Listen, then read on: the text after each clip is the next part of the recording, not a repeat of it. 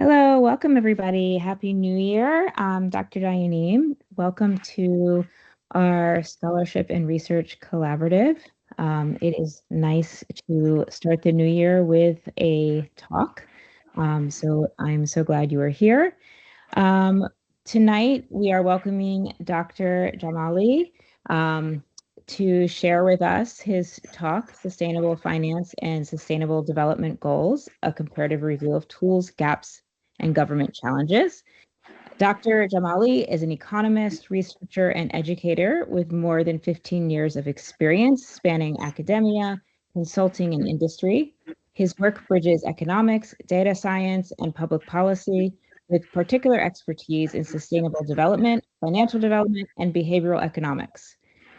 Dr. Jamali has taught at institutions across multiple countries and has contributed to consulting and planning initiatives in both the private and the public sectors, and his interdisciplinary perspective brings depth and real-world relevance to the study of sustainable finance and its relationship to global development goals. I am very excited to welcome you, Dr. Jamali, and I will have you take it away from here. Thank you so much. Thank you, Dr. Diane. Hello and very good afternoon, everyone. I'm so glad you could join us today. My name is Mohammad Ali Jamali, and I am faculty member at Tampa campus. I'm teaching economics. It's a pleasure to be here with you, and I'm excited to share our paper. As Dr. Diane told, the title of paper is Sustainable Finance and Sustainable Development Goals, Tools, Gap, and Governance Challenges. This paper published in Sustainable Development Journal. This paper, by thematic and comparative analysis, tries to explain current relationship between sustainable finance and sustainable development goals, or SDG. All right, initially, let me give you a quick overview of what I'll cover today. First, we look at the UN 70 Sustainable Development Goals. These goals are like a plan, make a world better for our future by 2030s. Then you will see what sustainable or green finance is and how it helps environment and people. After that, we will look at the three big problems and roadblocks against green finance or sustainable finance. Next, we will look at some example, real-world example from European Union, Kenya, Bangladesh, and Rwanda. And we'll see how these challenges work in different contexts and countries. Then I'll share you a real and tested ways to fix these problems. And final part of this presentation is your thought and questions. All right. In 2015, all UN countries promised to work together for a better future. They agreed on 17 linked goals that focus on world's biggest problem. You can see list of these goals on the left hand of slide. There are 17. Some goals like ending poverty, protecting oceans, and something like that. For example, I can explain some of them for you. The first goal is no poverty. What does it mean, no poverty? This goal aims to ensure that every person on Earth has access to basic resources and economic opportunities. Goal number 7 is affordable and clean energy. It focuses on providing reliable and sustainable energy for everyone. Goal number 13 is climate action. It calls for quick action for fight climate change and reduce its damages. Goal number 10, for example, reduce inequalities. Tries to reduce income inequality within and among countries, within and among people, society, and different parts of Earth. So you can see that these goals are not just for governments. They give everyone a simple plan to follow. So we can work together to make a positive change, to make our Earth a better place to live. So the main concept in our paper is sustainable or green finance. What does it mean when we call something sustainable finance or green finance? Green finance means money with emission. You know, when we talk about green finance, actually we are talking about new phenomena. This is a new way to think about money. Most of the time, we try to use our money for return, for more benefit. But in terms of green finance, it means that invest in project should be based on how they help people and planet. We are not thinking just about return. We are thinking about social things, social welfare, and social values. For example, maybe you heard about some of them, tools that use for green finance. First of all is green bonds. Green bonds is same as regular bonds, but there are key differences. What is that?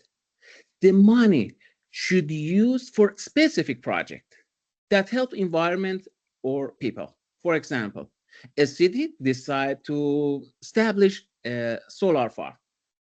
For that purpose, city published green bonds. You know, the purpose is not return, it's supporting environment, keeping environment safe.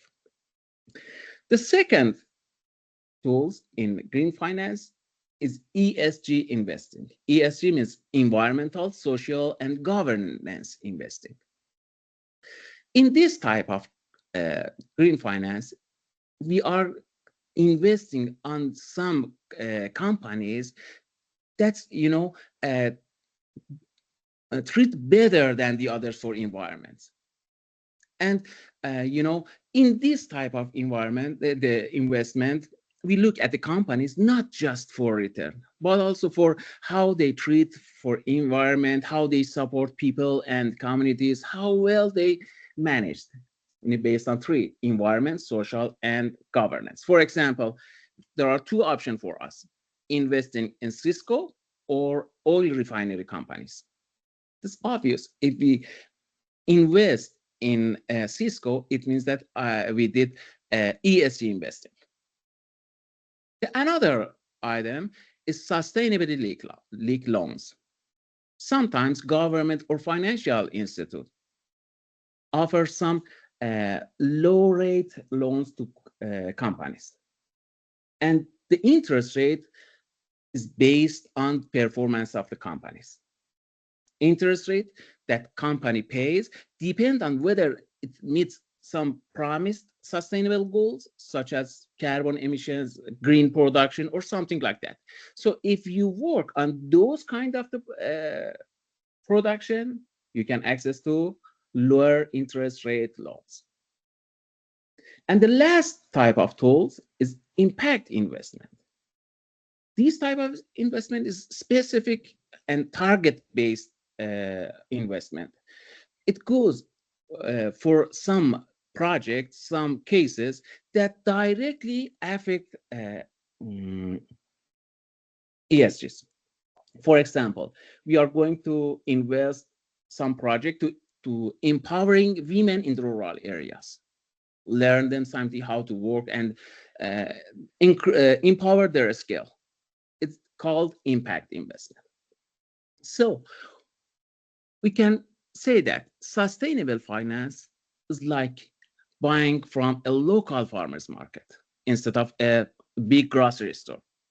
Actually, in this case, you know where your money goes and who you're helping. That's buying by purpose or financing by purpose. And what is their purpose? Keeping environment safe.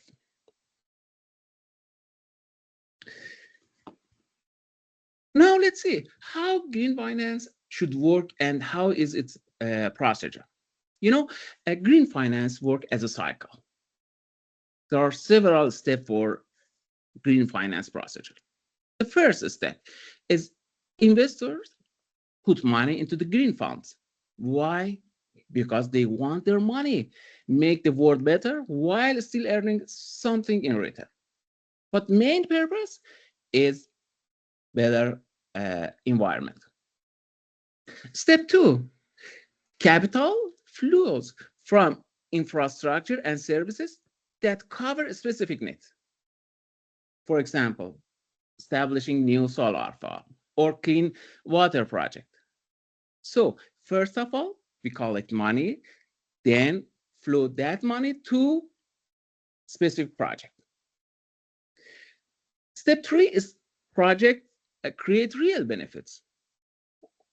What are real benefits? We'll talk. Things like cleaner, more jobs, better health, and real result that match uh, those 17 goals of UN. After that, step four, when we face with success, more investment can be attracted. These positive results build a trust. Trust causes more attract for capitals into the system, and final step, we will face with repeat, and it's create virtuous circle.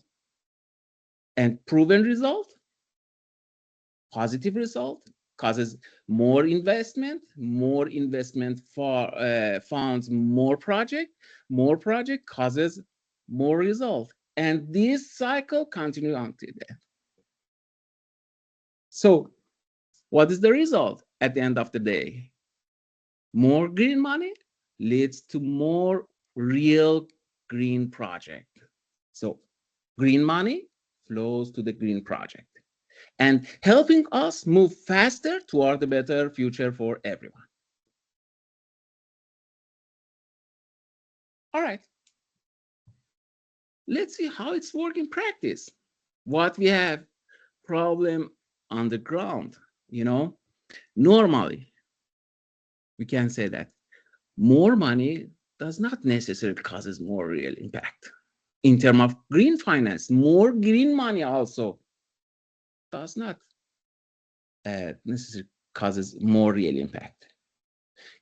Even though a lot of money is being invested, the connection between money and the actual result is still weak and unreliable. Let me tell you some shocking statistic. In 2024, just 1 year, green bond amount that issued was equal to $323 billion. That's huge amount, signaling that massive market growth will happen. Once again, $323 billion for 1 year. But what was the result? Result shows that just 1/3 or 35% of issuers fully report their actual impact. It means that after money spent, we'll live left in the darkness. There is no any result from those money. So there is a big gap between what planned and what happened. All right. So this gap shows that the system is broken. The problem is related to three big issues based on our funding.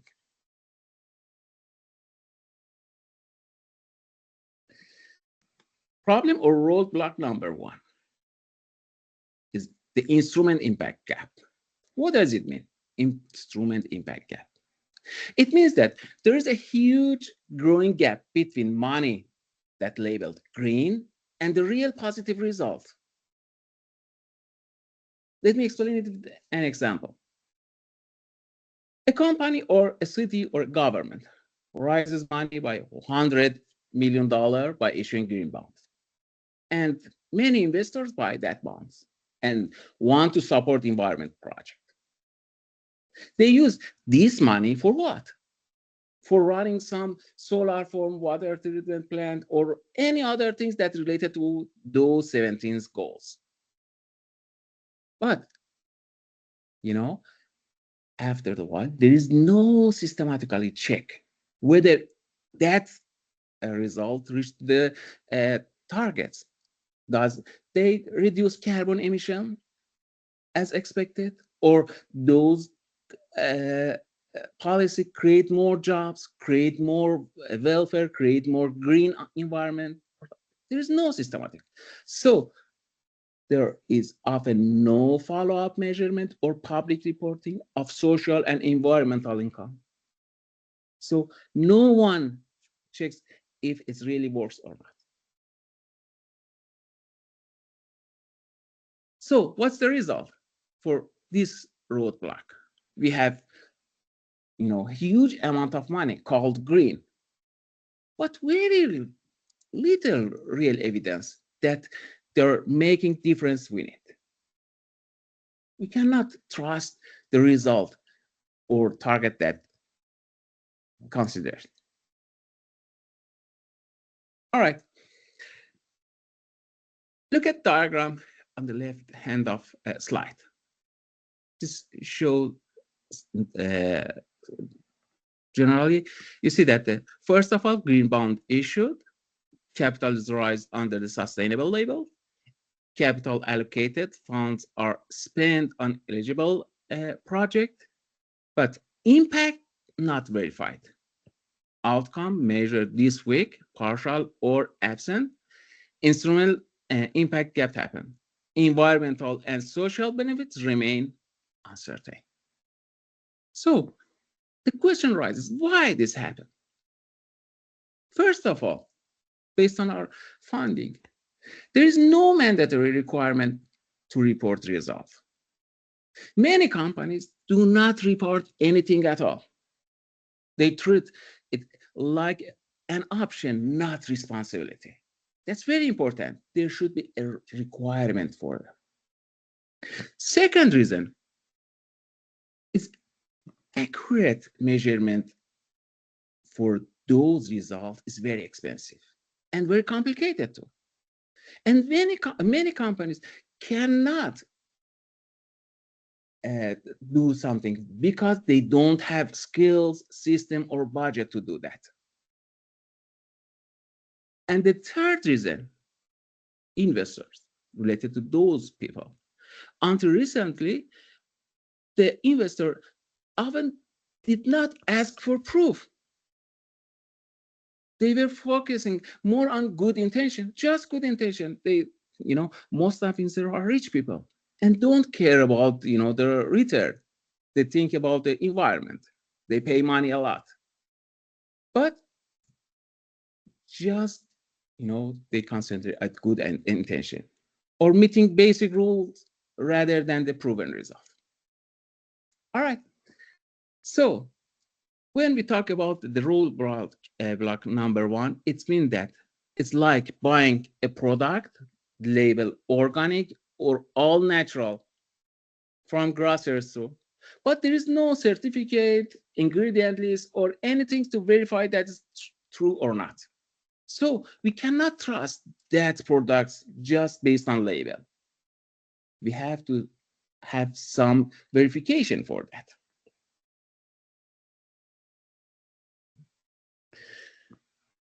Roadblock or problem number two.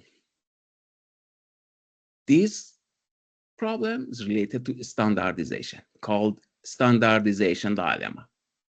It means that there are too many cooks in the kitchen, or every country has its own contradictory set of rules. For example, in European Union, they have EU taxonomy. EU taxonomy is one of the most complex classification systems. That's very difficult to understand it. And, when they are going to categorize sectors that works, you have to consider many variables. That's really difficult for those who works with green finance. In United States, we have different approach based on SEC rules. And recently everything changed. Why? Because of political debate. In China, China has its own catalog, green bond catalog, and it's totally different with the other countries, European Union and United States. ASEAN countries, Southeast Asian countries, is working to another regional taxonomy. And generally, we can say there are more than 30 different major standards and taxonomies that create confusion for everyone. All right? So this confusion creates more costs for everyone. For example, for companies, this confusion creates some costs. Like what? Like wasting millions of dollars for what? To understand and comply with many rules across the different markets where they work. You know, many of companies are multinational. They have to obey many rules from different countries, and that causes $1 million cost for them. Moreover, they have to produce different sustainability reports for different countries, and this causes more cost and more time for preparing this kind of report. In terms of investors, when we don't have any standards, we face with many difficulties as investors. It's impossible to reliably compare projects or companies.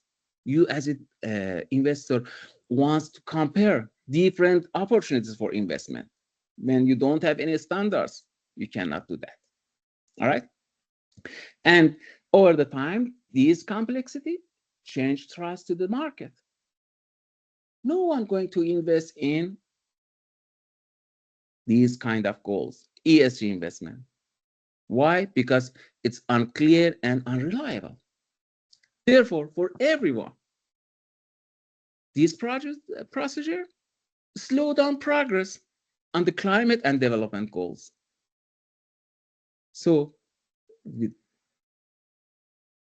based on our target in 2030, we have to reach some goals, but the procedure causes more roadblocks and problems against that one. Also, we have too much capital, get stuck dealing with the paperwork and rules. These capitals could build solar panels, clean water system, or create more jobs for people, but they are stuck behind the paperwork and rules. So, based on study done by UNCTAD, 23% of SMEs in European Union have stopped or delayed their ESG reporting. Why? Because the cost and complexity. It creates more cost for them to do some reporting.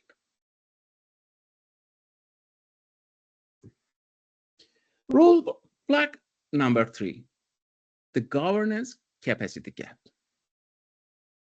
That's very important. It means that rich countries have the tools and expert to handle green finance rules. How about poor countries? They don't have. So they are left behind. This table shows differences between these two groups of countries. Wealthy countries has ESG experts, can easily afford verification, good data system, strong regulatory and financial institution. But poor country has very few professionals, cost too high, limited infrastructure, and under-resourced, fragile, or still developing institution. So as a result, you can see that the green money flows mostly to the rich country, and there is no money for poor countries. For a real world example, look at the experience that Kenya happened that. In 2023, Kenya issued African first sovereign green bonds. For what? For national climate project. These bonds successfully gather about $50 million for, grand transition. The money paid for solar system, if I'm not mistaken, yes, for solar system, 15 solar system off-grid areas. As a result, over 42,000 households got access clean electricity for first time. But this is not whole story. They face a problem.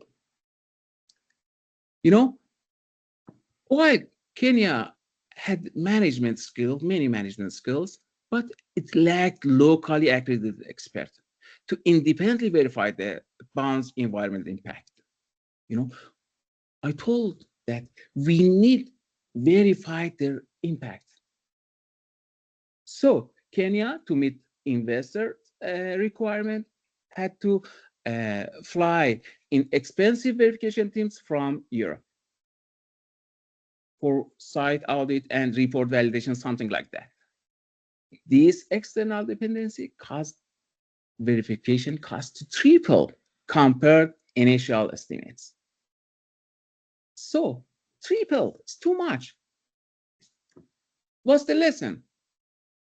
Project failed when they depend on pricey outsider instead of building local expert. So we should have our local expert, our local infrastructure to do green bonds or any SDG investment.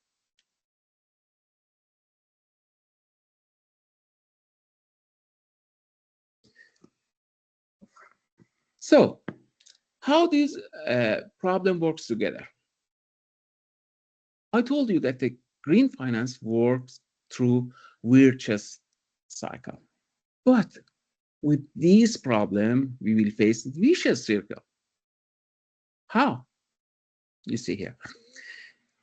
When we have this problem, it means that there is no clear or unified global standards. We don't have any standards, and make it hard to track and compare results across the different countries, different companies, different communities.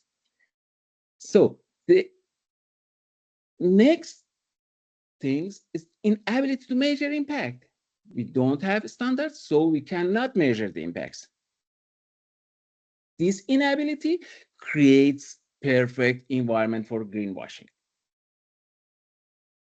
And widespread greenwashing damages investors and public trust in all financial products.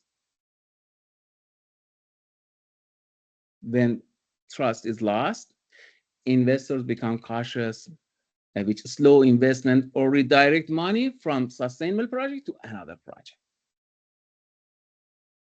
Then lower investment hurts the poorest countries the most in compare with another company. Why? Because they are seen as a risky and cannot afford the guarantees investor want.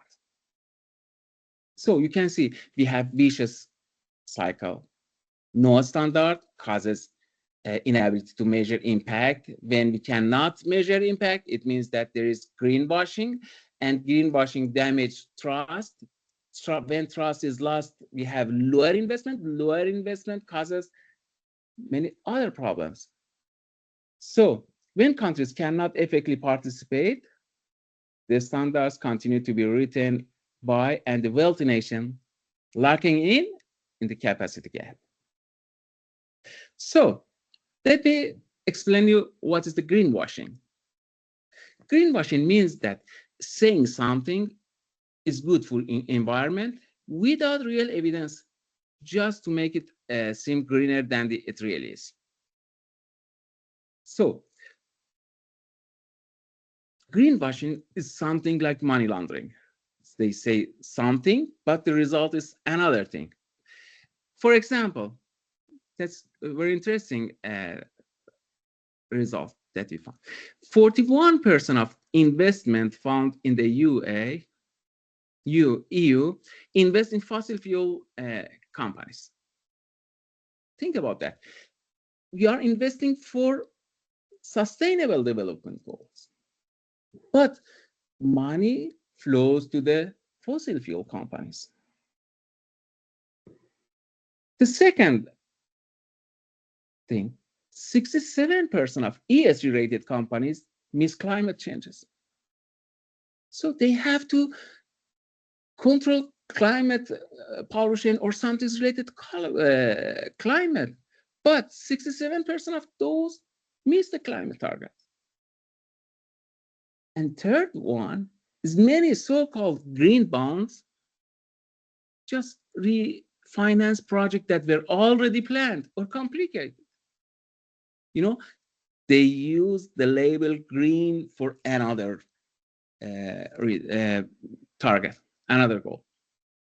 So when something like happened, people stop trusting all green finance.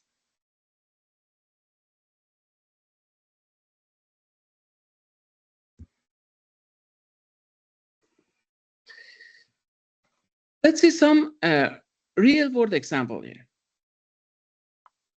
Based on our study, we analyzed 4 different countries. We saw that there is no any pure success in these experiences. For example, European Union as a strength, it has world-leading and mandatory disclosure rules.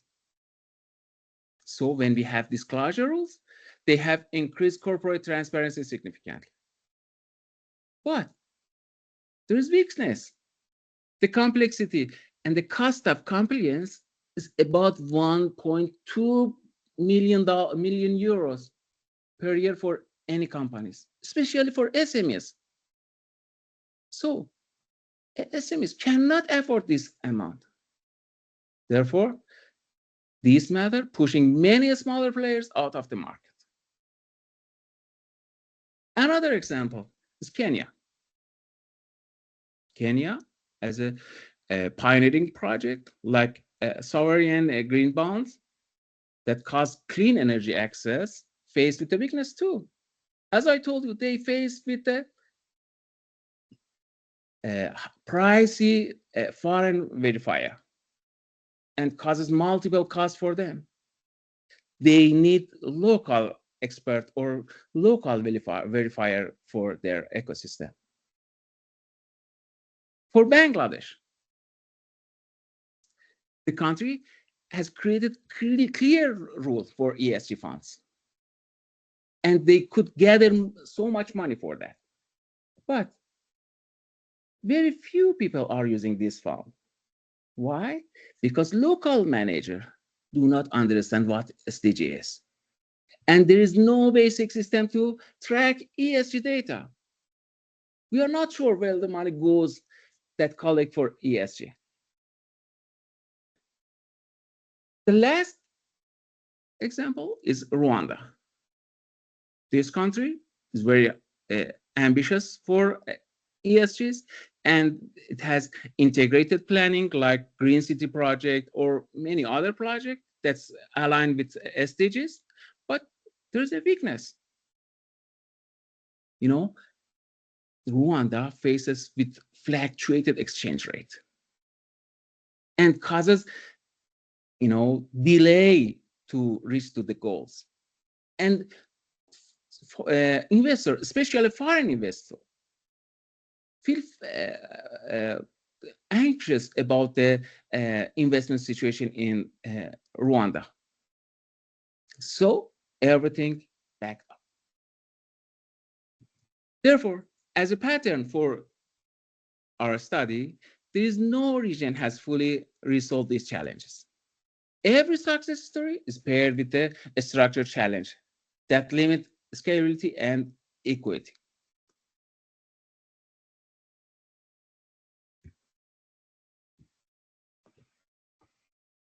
So we told all the problem and rollback, but what is the solution?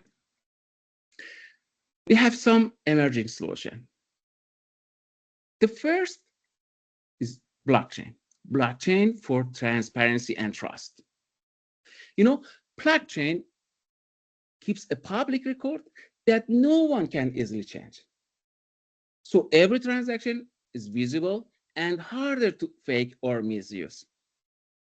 For example, in Kenya, there is another project called AgriBond.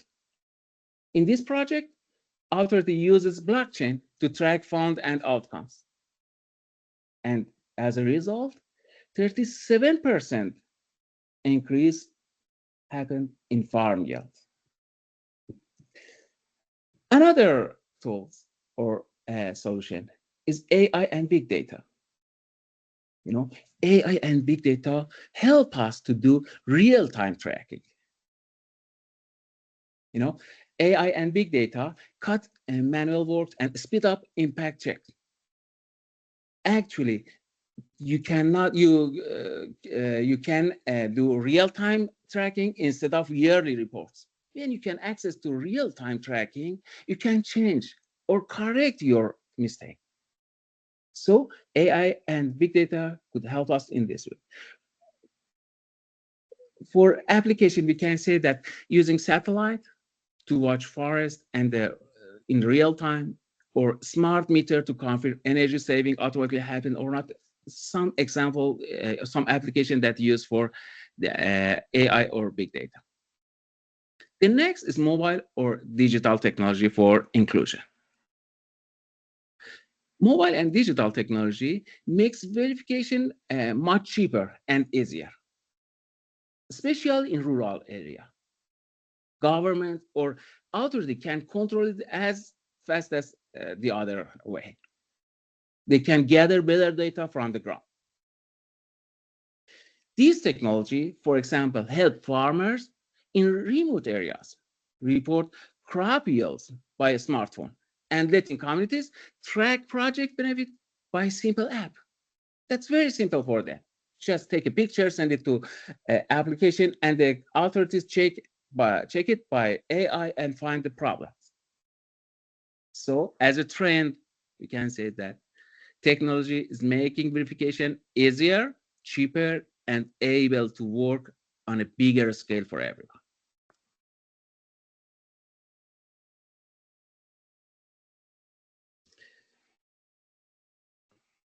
We have present three practical solutions for those problems based on what we find.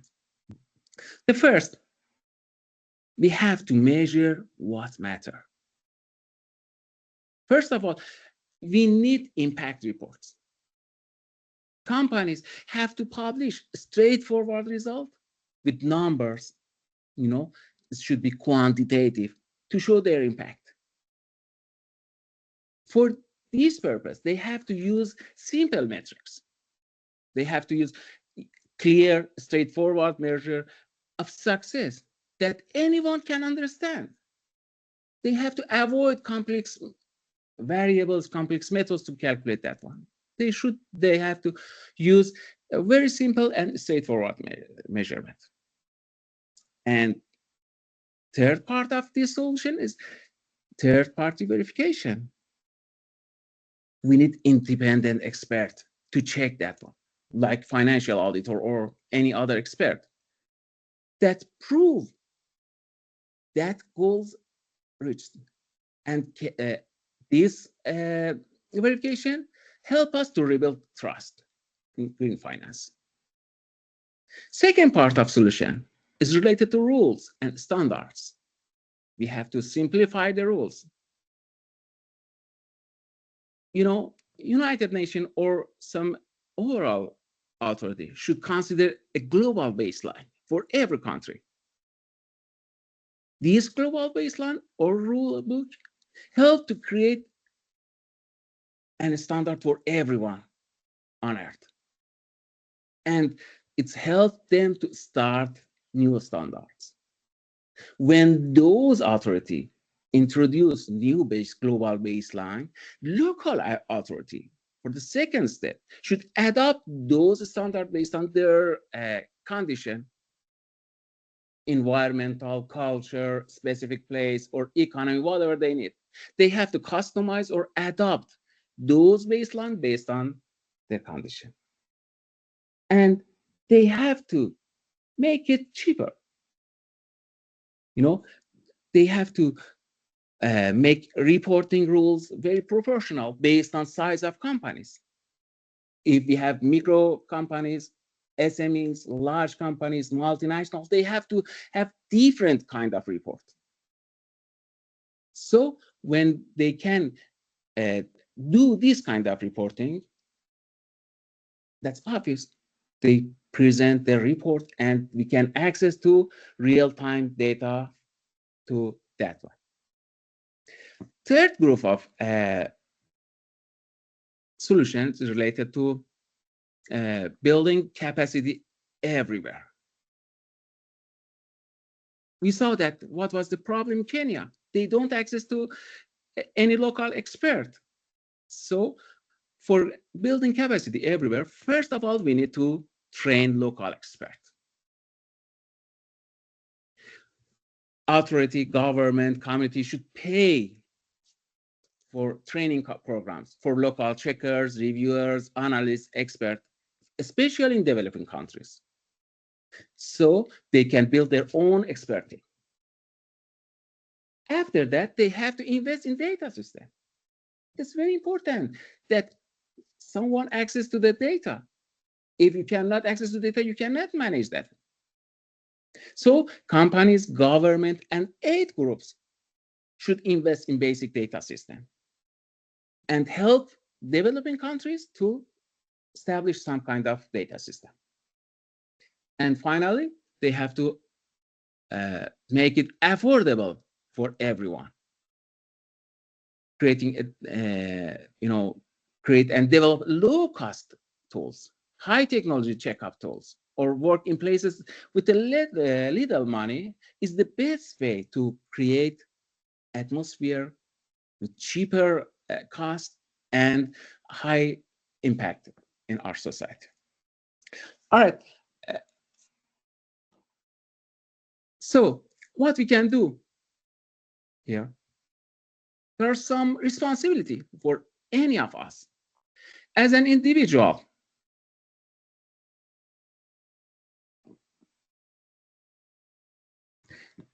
As an individual, we have to ask your money where your money goes.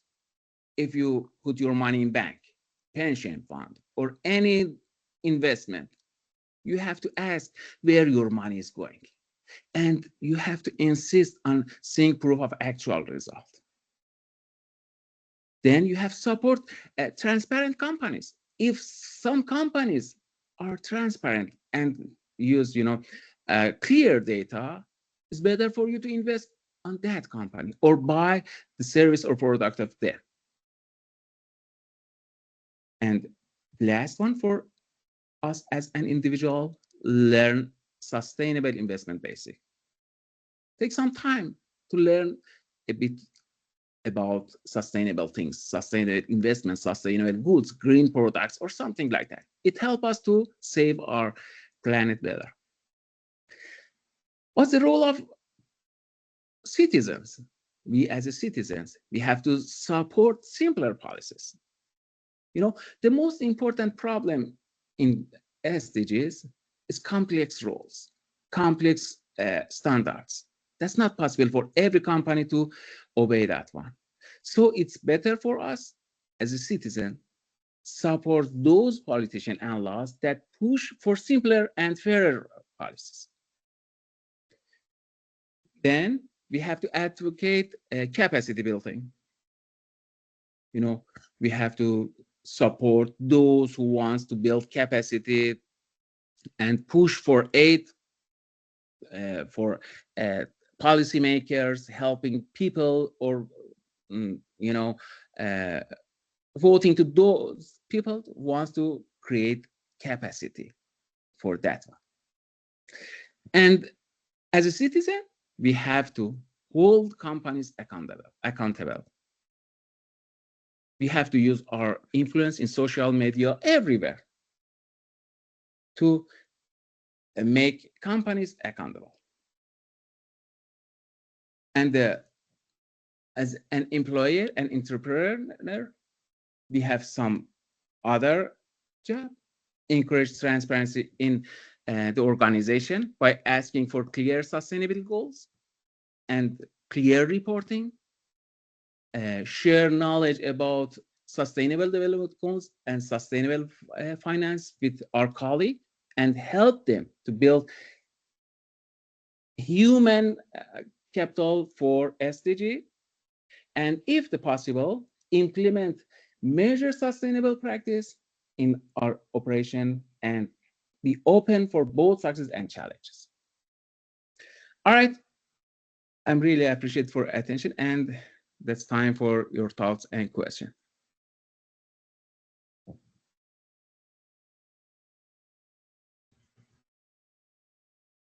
Thank you so much. That was incredibly informative and thought-provoking. If anybody has questions, you can type them in the chat. I can read them out, or if you want to unmute yourself, you're welcome to do so. That would be fine as well.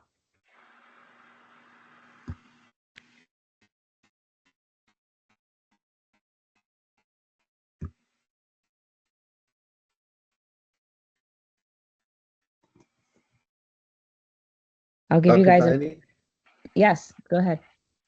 Sorry, I didn't want to interrupt you. No, please, Dr. Mendelsohn. I just wanted to say thank you for presenting. You're welcome. Thank you. Beyond just like the subject matter, which was awesome. I don't know. I just, as a fellow educator, I really appreciated the way that you presented information, you connected it to real world outcomes.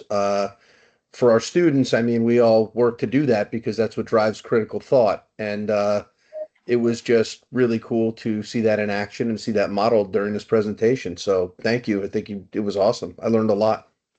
You're very welcome. Thank you for kind word. Yeah, it was really well done.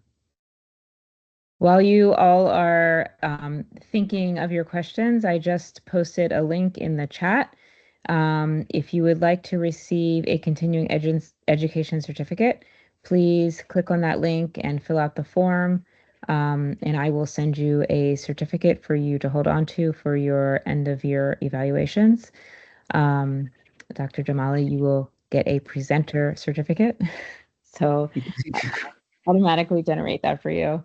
We are very appreciative of your time and your preparation on this. If there are any questions, we'd love to have those, unless we lost him.